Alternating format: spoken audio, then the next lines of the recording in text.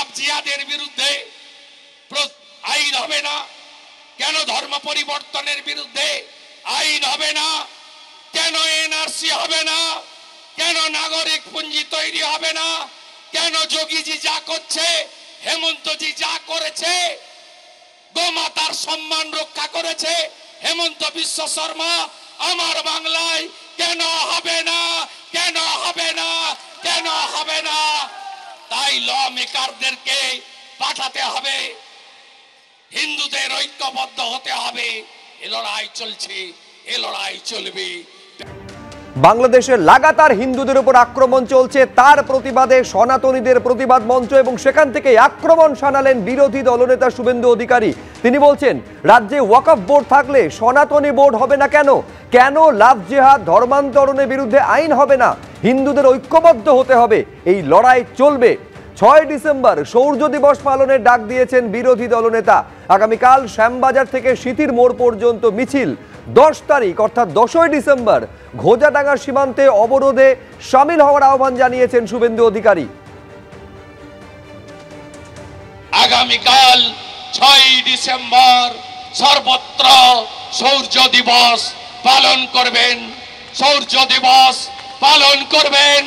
আগামীকাল বিকেলে কলকাতায় বর্ণাঢ্য মিছিল বেরোবে, আমি থাকবো।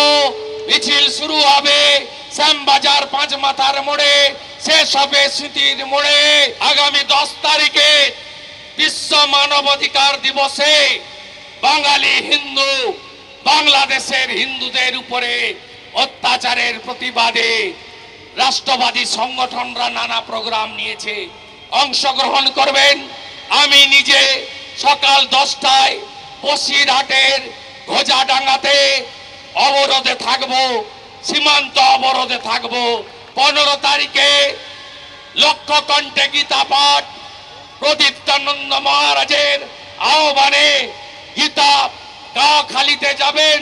শিলিগুড়ি 16 তারিখে বিজয় দিবস, রাষ্ট্রবাদী সংগঠনগুলির মিলিত শক্তি কলকাতাতে মহাসমাবেশের ডাক দিয়েছে।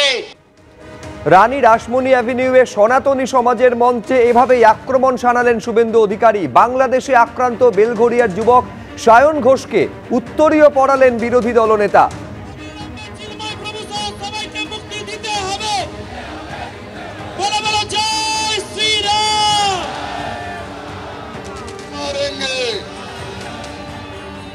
আমরা সনাতনী, আমরা দেবতাকে, একটা বৃক্ষকে দেবতা জ্ঞানে পূজা করি।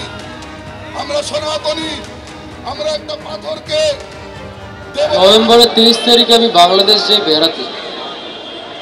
তো আমার বাড়ি ফেরার কথা 26 তারিখ। সেই রাত্রিবেলায় যখন আমাকে 5-6 জন যুবক ঘেরাও করে, তারা আমাকে শুধু এইমাত্রই এই জন্যই মারে যে আমি একজন হিন্দু, আমি একজন ভারতীয়। সেই কারণে তারা আমাকে বেধড়ক মারধর করে, আপনারা দেখতে পাচ্ছেন হয়তো।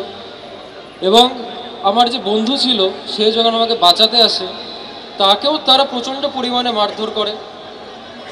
আর তার পরিবারকেও মারাত্মকভাবে ধুমকি শাসনের মুখে রাখা হয়। কেন? কারণ সে আমাকে আশ্রয় দিয়েছে, সে একজন হিন্দুকে আশ্রয় দিয়েছে, সে একজন ভারতীয়কে আশ্রয় দিয়েছে।